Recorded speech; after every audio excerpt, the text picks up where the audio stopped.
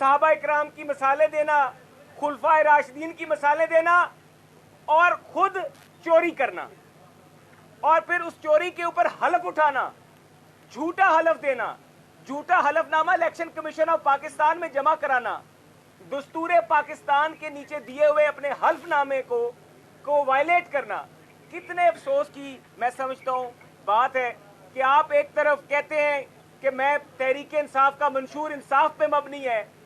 और आप हमें रसूलुल्लाह सल्लल्लाहु अलैहि वसल्लम के वक्त के वाक़यात सुनाते हैं और कहते हैं कि कानून के सामने सब बराबर हैं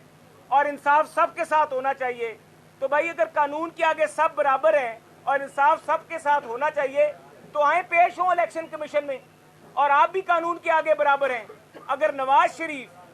3 दफा JIT के आगे अपने बच्चों के साथ, अपनी औलाद के साथ, मियां नवाज शरीफ अगर JIT के आगे लातादाद दफा पेश हो सकता है, अगर मियां नवाज शरीफ अदालत में, नैब कोर्ट में 200 या 150-200 के करीब पेशियों पे जाती तौर पे खुद पेश हो सकता है, तो इमरान न्याजी को भी अब इलेक्शन कमीशन ऑफ पाकिस्तान में पेश होना पड़ेगा।